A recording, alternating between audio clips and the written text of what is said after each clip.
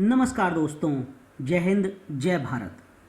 आज इस वीडियो में मैं आप लोगों को बताऊंगा कुछ पैटर्न के बारे में।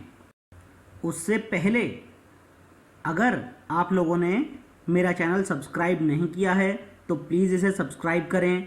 वीडियो पसंद आए तो लाइक और शेयर ज़रूर करें। इसी के साथ शुरू करते हैं आज का ये video. Pattern. The pattern is the principal tool during the casting process. It is the replica of the object to be made by the casting process with some modifications. The main modifications are the addition of pattern allowances and the provision of core prints. If the casting is to be hollow, additional patterns called cores are used to create these cavities in the finished product. The quality of the casting produced depends upon the material of the pattern, its design and construction. The cost of pattern and the related equipment are reflected in the cost of the casting. The use of expensive pattern is justified when the quantity of castings required is substantial. किसी भी casting process के लिए pattern बिल्कुल main tool होता है। Pattern जो भी object आपको बनाना है उसकी कॉपी होता है बिल्कुल, लेकिन कुछ मॉडिफिकेशंस के साथ। वो मॉडिफिकेशंस होते हैं पैटर्न के अलाउंसेस और कोर प्रिंट्स का प्रोविजन। अगर कास्टिंग अंदर से हॉलो होनी है तो एडिशनल पैटर्न्स जिनको कि कोर कहा जाता है उनका इस्तेमाल किया जाता है, जिससे फिनिश्ड प्रोडक्ट में कैविटीज यानी गुहा हो सके। कास्टिंग की क्वालिटी बहुत हद तक डिपेंड करती है पैटर्न के मटेरियल के ऊपर, पैटर्न की डिजाइन के ऊपर और पैटर्न के कंस्ट्रक्शन के ऊपर।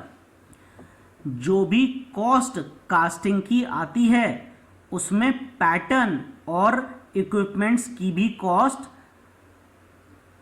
जुड़ती है। एक्सपेंसिव पैटर्न तभी इस्तेमाल करने चाहिए जब कास्टिंग की क्वांटिटी काफ़ी ज़्यादा हो।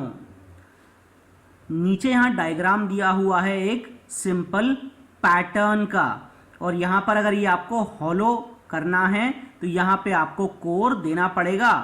ये गेट हो गया, ये रनर हो गया, ये स्प्रू हो गया, ये पोरिंग कप हो गया और ये राइजर वाला पार्ट हो गया। अब अगर आपको डिटेल में पार्ट्स के बारे में जानना हो तो आप इससे पिछला वीडियो ज़रूर देखें।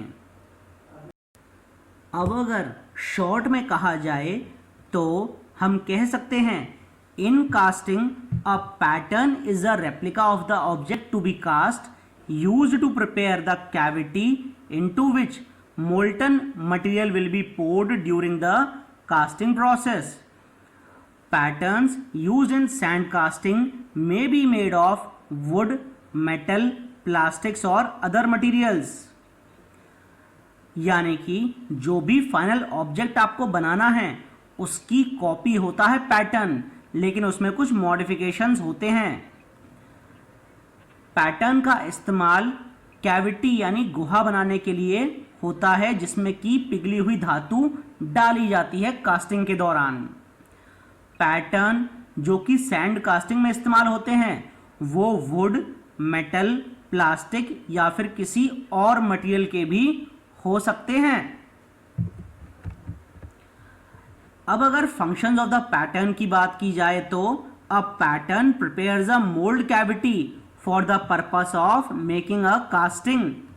अ pattern may contain projections known as core prints if the casting requires a core and need to be made hollow.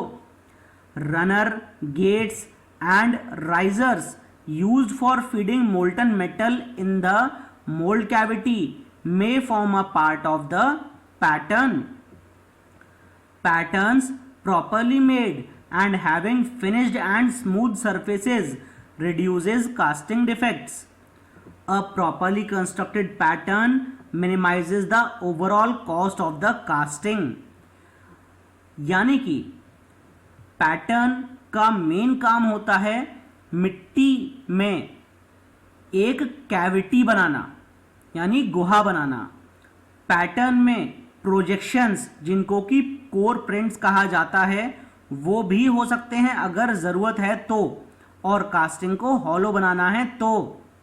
Runner, gets और राइजर, जिनका इस्तेमाल पिघली हुई धातु को फीड करने के लिए होता है, वो पैटर्न का पार्ट बन सकते हैं।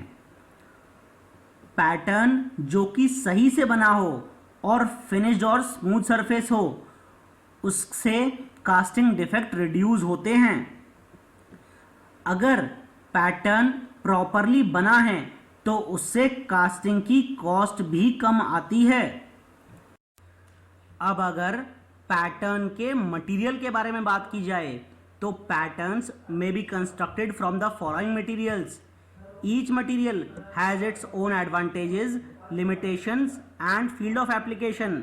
Some materials used for making patterns are wood, metals and alloys, plastic, plaster of Paris, plastic and rubbers, wax and resins.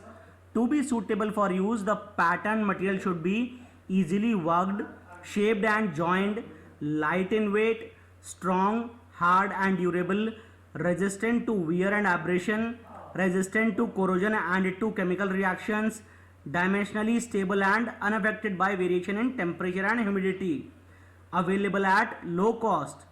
The usual pattern materials are wood, metal and plastics. The most commonly used pattern material is wood, since it is readily available and of low weight. Also, it can be easily shaped and is relatively cheap.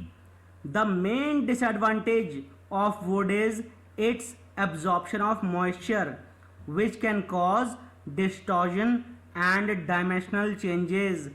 Hence, proper seasoning and upkeep of wood is almost a prerequisite for large scale use of wood as a pattern material. इसका मतलब है pattern नीचे दिए हुए किसी भी material से बनाया जा सकता है। हर मटेरियल के अपने एडवांटेजेस हैं, अपने लिमिटेशंस हैं और भिन्न भिन्न जगह पे भिन्न भिन्न मटेरियल को आप इस्तेमाल कर सकते हैं। कुछ मटेरियल्स जिनका इस्तेमाल पैटर्न मेकिंग में हो सकता है वो हैं लकड़ी, धातु यानी कि metals, alloys, plastic, plaster of Paris, plastic और रबर का मिक्सचर हो गया, वैक्स और रेजिन्स। इस्तेमाल के लिए पैटर्न सही बने, इसलिए पैटर्न का मटेरियल ऐसा होना चाहिए जिस पे आप आसानी से काम कर पाएँ, आसानी से शेप दे पाएँ, आसानी से जोड़ सकें। वजन में लाइट होना चाहिए, स्ट्रॉन्ग यानी सख्त होना चाहिए, हार्ड और ड्यूरेबल होना चाहिए जिस पे आप भरोसा कर सकें, वियर एंड एब्रेशन रेजिस्टेंट होना चाहिए, कोरोड नहीं होना चाहिए, केमिकल रिएक्शंस नहीं होने चाहिए, डायमेंशनली स्टेबल होना चाहिए, यानी ऐसा नहीं होना चाहिए कि अभी आपने नापा किसी पैटर्न की लेंथ को वो है 10 mm और थोड़ी देर बाद आपने नापा तो वो है 10.1 mm। और टेम्परेचर और ह्यूमिडिटी का पैटर्न के ऊपर असर नहीं पड़ना चाहिए। लास्ट पॉइंट है कि cost of the material for making pattern should be low. ज़्यादातर पैटर्न वुड, मेटल या फिर प्लास्टिक के बनाए जाते हैं। सबसे ज़्यादा पैटर्न्स वुड के बनाए जाते हैं क्योंकि वो आसानी से अवेलेबल है और उसका वजन भी काफ़ी कम होता है। वुड को आसानी से किसी भी शेप में काटा जा सकता है और काफ़ी सस्ती होती है।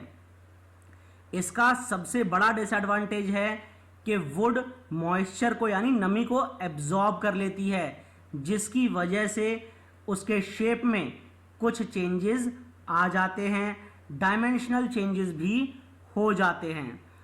इसको हटाने के लिए या फिर ये चीज़ ना हो इसके लिए वुड की प्रॉपर सीजनिंग की जाती है। वुड को आप लोगों ने देखा ही होगा, दरवाजे बनाने से पहले छांव में सुखाया जाता है। इस सब को हम बोलते हैं सीजनिंग। वुड की सीजनिंग करना बहुत इंपॉर्टेंट है अगर आपको पैटर्न बनाना है तो। अब अगर बात करी जाए पैटर्न की, तो ये एक सिंपल पैटर्न वुड का जो ब्राउन कलर में दिख रहा है, ये आप देख सकते हैं। यहाँ पर ये स्प्रू है, ये पोरिंग कप हो गया, ये रनर हो गया, ये गेटिंग सिस्टम का गेट हो गया, ये आपका राइजर हो गया। ये एक टिपिकल पैटर्न जिसमें गेटिंग सिस्टम और राइजर लगाया हुआ है, यह दर्शा रहा है। अब अगर बात की जाए रिक्वायरमेंट ऑफ गुड पैटर्न की, तो first point is secure the desired shape and size of the casting, cheap and readily repairable, simple in design for ease of manufacture, light in mass and convenient to handle, have high strength and long life in order to make as many molds as required, retain its dimensions and rigidity during the definite service life, its surface should be smooth and wear resistant, it should be able to withstand rough handling। यानी कि casting के वांछित आकार को सुरक्षित करे, और अगर पैटर्न में कुछ खराबी आ जाए तो आसानी से उसे रिपेयर किया जा सके, बहुत खर्चा ना आए। डिज़ाइन में सिंपल होना चाहिए जिससे आसानी से उसको बनाया जा सके। पैटर्न का मास लाइट होना चाहिए और आसानी से उसे आप हैंडल कर सकें। मजबूती होनी चाहिए पैटर्न में, और पैटर्न की लाइफ लंबी होनी चाहिए जिससे आप जितने मोल्ड चाहें उतने उससे बना सकें। पैटर्न के डायमेंशंस बिल्कुल रिटेन हो, ऐसा ना हो कि अभी उसका डायमेंशन 10 mm है और थोड़ी देर के बाद उसका डायमेंशन 9 mm हो जाए, ऐसा नहीं होना चाहिए। रिजिड रहना चाहिए जब तक उस पैटर्न की लाइफ है तब तक, यानी ठोस रहना चाहिए। सरफेस पैटर्न का स्मूथ और वियर रेजिस्टेंट होना चाहिए। रफ हैंडलिंग भी वो झेल सके। ये सब रिक्वायरमेंट होते हैं अच्छे पैटर्न के। अब अगर बात करी जाए सिलेक्शन ऑफ पैटर्न के बारे में, तो किसी भी पैटर्न को सेलेक्ट करने के लिए ये पॉइंट्स ध्यान दिए जाते हैं। Number of castings to be produced, size and complexity of the shape and size of casting, type of moulding and casting methods to be used, machining operation and characteristics of castings. यानी कि आपको कितनी casting बनानी है, उनका number, shape और size casting का क्या रहने वाला है, सिंपल शेप है या कॉम्प्लेक्स शेप है, मोल्डिंग आपको किस प्रकार की करनी है और कास्टिंग मेथड कौन सा इस्तेमाल करना है।